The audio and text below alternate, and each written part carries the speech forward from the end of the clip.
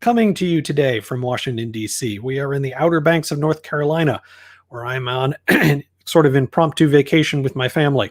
And for that reason, if we run into technical difficulties, we may lose you. This session will be recorded and will be available online later if that should happen. Meantime, October before an election year is traditionally a fairly quiet time in Washington. This is not a traditional year, and thus we have quite a few things going on, most of which doesn't involve IEEE-USA, but some of which does. Political update, 18 days left to the election. I normally update you on the debate schedule, but I have no idea what that's going to end up being at this point.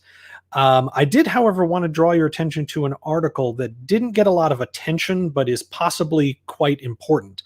A court has ordered Microsoft to seize control of a number of computer networks, computer systems rather, that were planting malicious code on local election computers. Now, it does not look like the code was going on to the voting machines, which typically are not connected to the internet, but they were being loaded up onto other systems of the election office.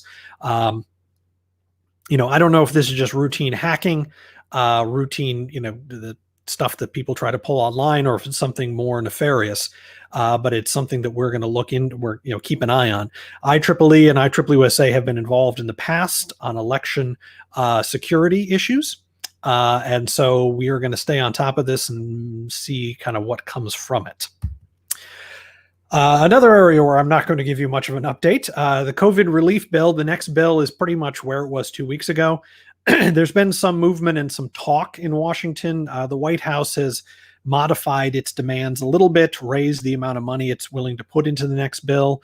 Democrats have made some noises in the House about maybe reaching a compromise, but I don't think any of that means anything. I think both sides are posturing to make sure they don't get blamed by the electorate for failing to pass the bill.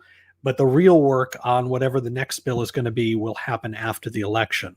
I will point out that the consumer spending numbers came out this morning, and consumer spending is up a surprising amount, which again suggests the economy is recovering faster than expected, suggesting that maybe COVID relief is not quite as important as people thought. Having said that, obviously some sectors of the economy, the airlines, universities, a few other areas have been hit pretty hard and may require some additional assistance.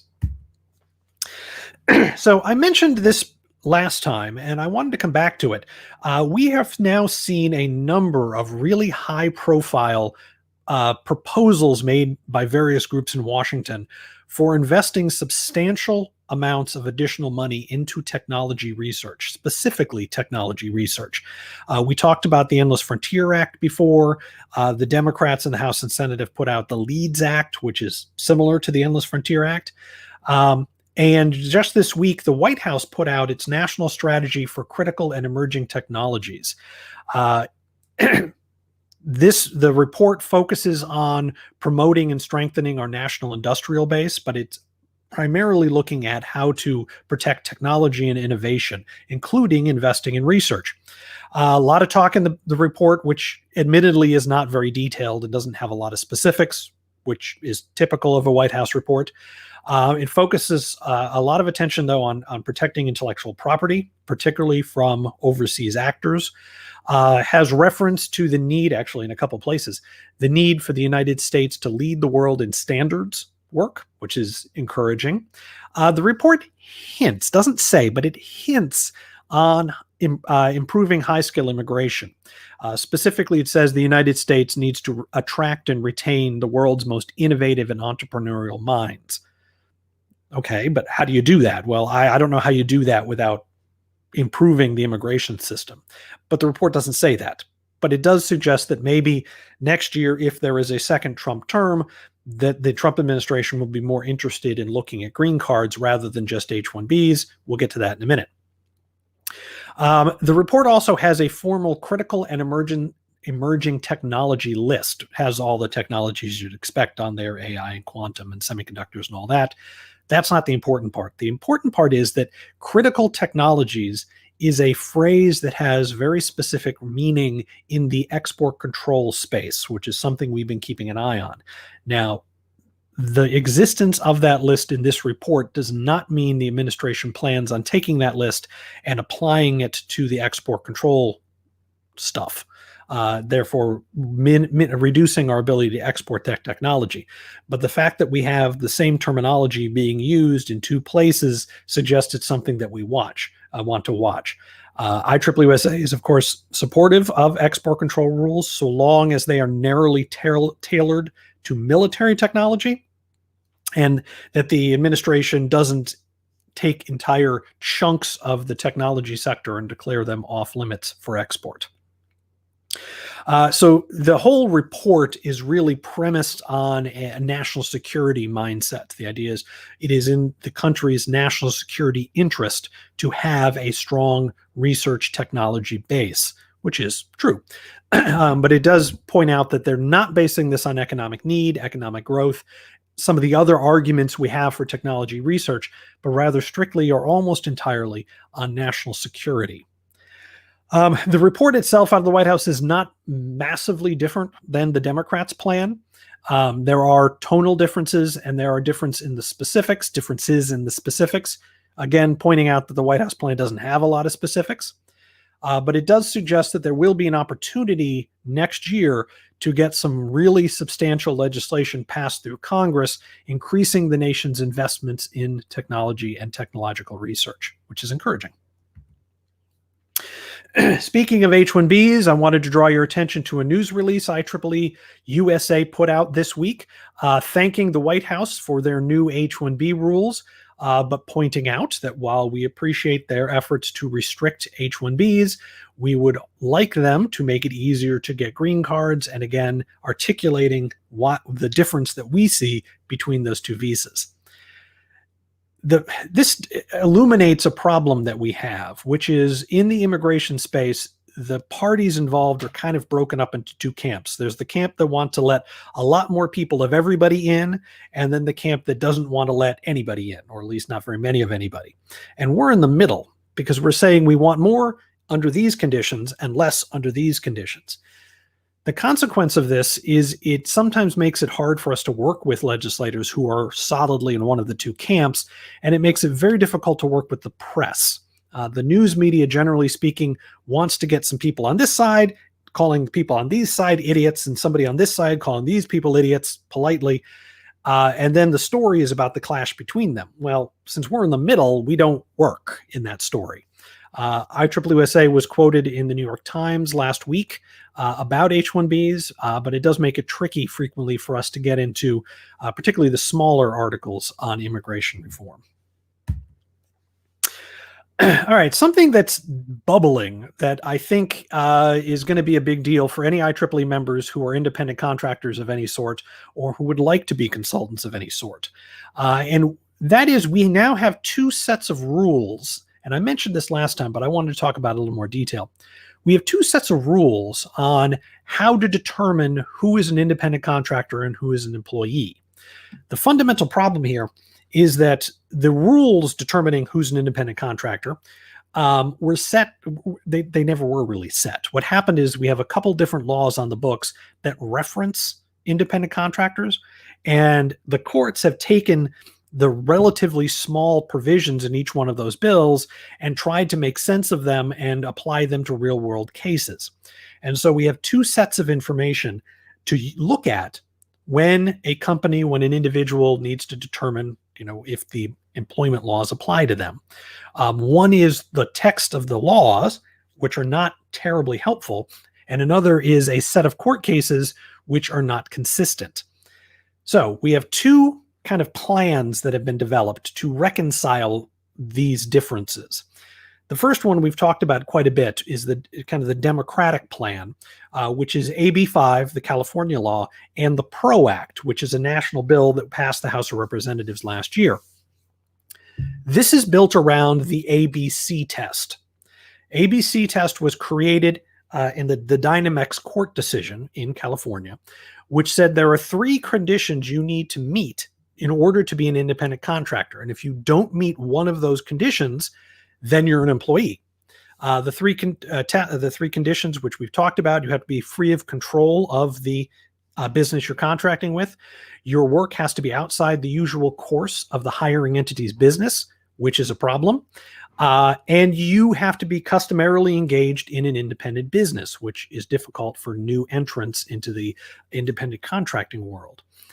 The ABC test is actually fairly small. If you look at it, it's half a page more or less of legal text. In California, that half a page is followed by 8 pages of exemptions, exceptions, and special rules, which is one of the problems with the ABC test, is it's too rigid. The U.S. economy is incredibly complicated, and the number of types of independent contractor relationships that people have come up with across the economy is enormous. And so coming up with what looks like a fairly clean test to determine which, where you fall, is legally pleasing in that if you want to obey the law, you like nice, clean laws that make easy sense. But in the real world, they're very, very difficult to apply. Now we have the Department of Labor's new proposed rules, which we don't actually have yet. We have a description of what they're thinking of doing, but we don't have the actual text yet. And I'm calling this the Trump administration plan because I don't know where most Republicans fall on this, so I don't want to call it the Republican plan yet. But these rules are not based on the Dynamex court decision, but on the text of the laws and a number of Supreme Court and district court decisions referring specifically to the laws. So it's not looking for a new set of rules, it's merely clarifying the existing set of rules. The heart of the Department of Labor's proposal is to rely on economic reality rather than technical legalities. And the difference of that is it sets up a fairly fluid set of criteria and kind of describes what an independent contractor should be as opposed to an employee, and then leaves it up to the courts to figure out the details, which is not ideal, but perhaps works better in this case where there's such diversity in the types of contracts we're trying to deal with. The DOL proposal sets up a 5-point test. This is already in a number of court decisions, so it's not new, but it clarifies how to interpret them. 5 points are degree of control, same as the AB5 test. Possibility for profit and loss. The idea there is that if you are engaged in activity where if it's successful, you get the money that you make off of it, but if it's not successful, you lose money, you're probably an independent contractor. If, on the other hand, you're engaged in activities where whether the thing you're doing makes or loses money, you get paid the same, you're probably an employee. The amount of skill involved, the degree of permanence in the relationship between the independent contractor and the client, and then whether or not the work being done is an integrated unit of the company's production. Now, what the DOL rules say is that the first 2 of these are the key, degree of control and possibility of profit and loss. The other 3 are kind of supporting criteria that don't always work. So the idea is when the courts are asked to decide if someone is an independent contractor or an employee, they look first at the first and second criteria. If both of those criteria draw one to the same conclusion, they both say, yep, this is an independent contractor, or both say, yep, this is an employee, then you're done. If they don't, if there's a split, then the courts fall to number 3, 4, and 5 for a more subjective analysis to determine whether, what side of the line the people fall on. This approach requires fewer exceptions. So in that sense, the law is cleaner, but the law doesn't actually provide hard rules. So it's a little harder to tell whether you're legally allowed to be an independent contractor or your employee. I don't know how these 2 competing proposals will fall out. I suspect it has a lot to do with who wins the election in November. But we do now have 2 relatively well-developed proposals for dealing with independent contractors, both of which have implications for IEEE members. IEEE-USA is preparing draft comments on the DOL rule, which should be made available prior to our next call. A little note on Project Artemis. We talked about this last time. This is the White House plan to put a woman and a man. This would be the first woman on the moon, and the president is very clear about that. To put a woman and a man back on the moon by 2024, to have a permanent presence on the moon by the late 2020s, and then to use that as a jumping off point for Mars, although there's no real timetable for Mars at this point. A couple notes on the plan. It is built around commercial space, which is good because we're a big fan of commercial space. And just this week, 7 nations have agreed to join the United States in this effort: Australia, Canada, Italy, Japan, Luxembourg, the United Arab Emirates, and Great Britain, which is not a bad coalition of countries. In related news, the FAA, Federal Aviation Administration, just simplified the rules for the launch and re-entry of space vehicles, again, making it easier for commercial space, well, in this case, just to operate, but to operate in conjunction with NASA. So those rules, they're small adjustments, but they're important for allowing commercial space to flourish. And that is what we have this week, ladies and gentlemen. Our next update is October 30th, which is right before the election when things start to get very exciting. I'll also point out that we are planning on doing an update immediately after the election. The election is obviously on a Tuesday. Our update would either be on Thursday or Friday. We're a couple other things we're trying to work out, but that would be an extra update right after the election where we'll talk about what the election results mean to engineers and the technology community. But our first update will be October 30th, 1 o'clock Eastern as always. If you have questions, please enter them into the chat box or the other comment box on your screen. And while you're doing that, I am Russell Harrison, Director of Government Relations with IEEE-USA in Washington, D.C. My phone number is 202-530-8326, and my email address is r.t.harrison@ieee.org. And with that, I'm going to stop sharing my screen so I can see your comments. There we go.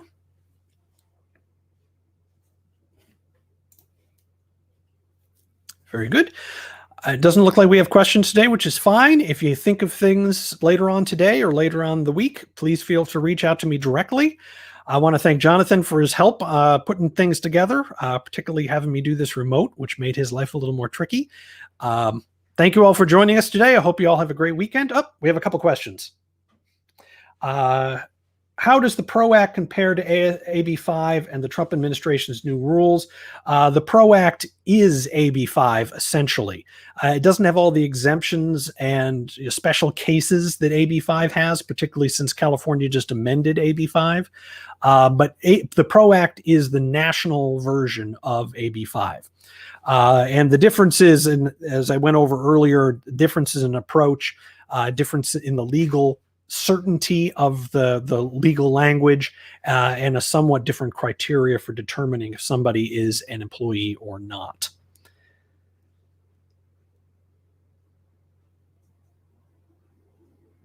Very good. A couple other comments, but no questions. So again, thank you all for joining us today. I look forward to talking with you again in 2 weeks. Hope everyone stays happy and healthy. Have a good October.